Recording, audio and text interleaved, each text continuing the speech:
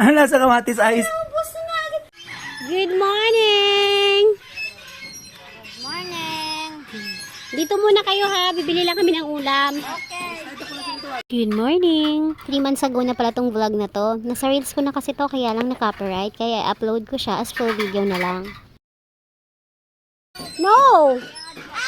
Hotdog! Maynila hotdog. Pagdating dito hotdog, hindi. Isda at gulay kakainin natin ngayon. Ice! Ice!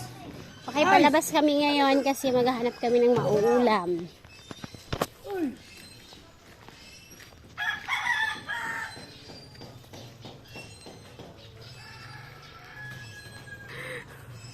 Uy, gamayng tao, dali na dire.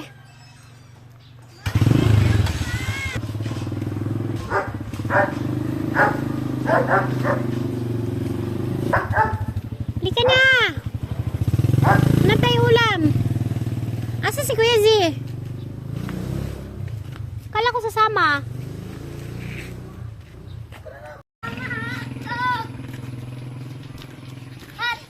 No. Gulay tayo, gulay. Hindi ako sasama. O di, balik ka dun. Oy, gitamad ug lakaw ang bata. Bukas pa tayo makarating nito. Kung intindihin namin yung ano mo, trip mo. Halika na, wala na tayong abutang isda. Nagpatunga na. Halika na, mainit. Giinitan na siya, Han. Kuha. La.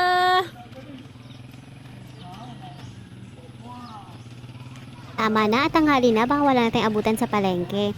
Dahil may dumaang tricycle, sumakay na kaagad kami at nang makarating na dito sa palengke. At ayan, ang daming fresh na isda.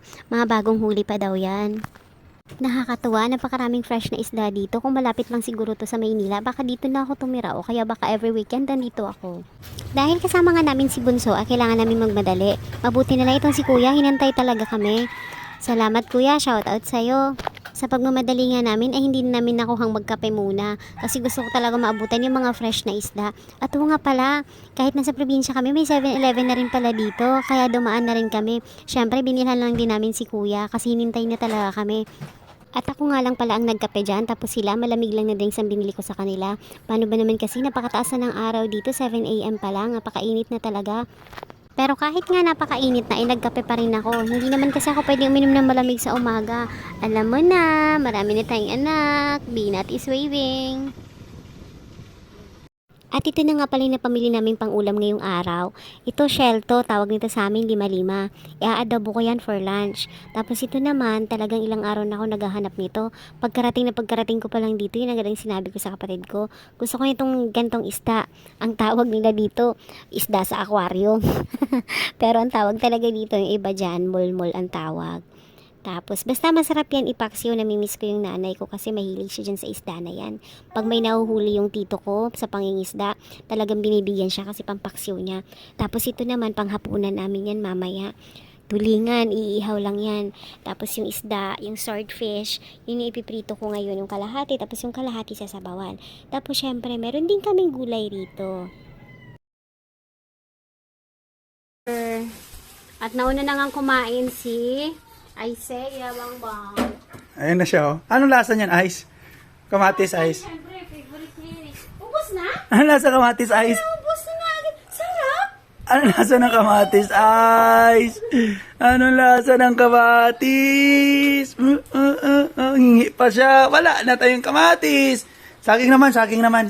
Hugas ko kamay. Oh, halika. Oh, dami! Isang kalderong saging. Magluto na taron og isda.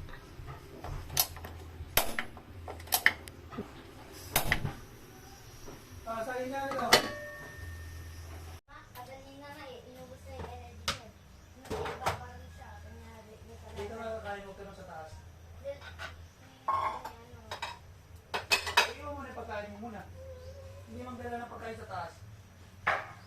5-5. Hindi ko alam ang tawag dito sa Tagalog, pero basta lima-lima tawag din dito sa amin.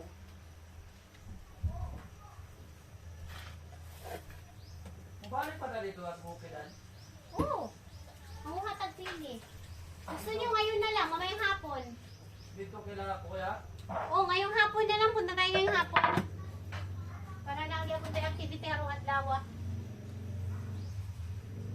Diba? Balik mo dyan ako dito. Oo. Sa 30, manggod kayo magpapangadji ko kang mama. Birthday niya kasi yun eh. Bago tayo muli. Oo. Birthday niya yun. August 30.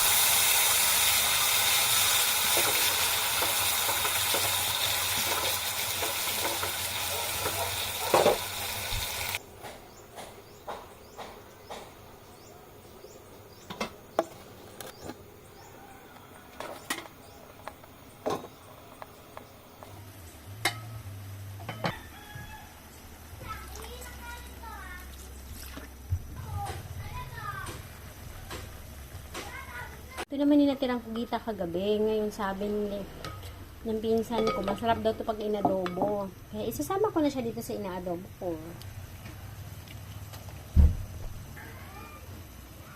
Uy! Bantayan mo muna kuya ha. Kaya na papa.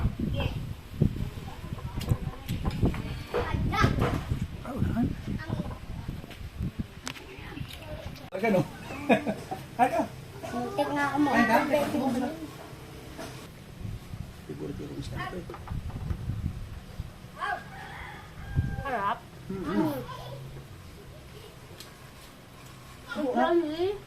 Ito na eh. Wala. Dapat maglamaw to ng butuhan. Ingat nila kita. Ha?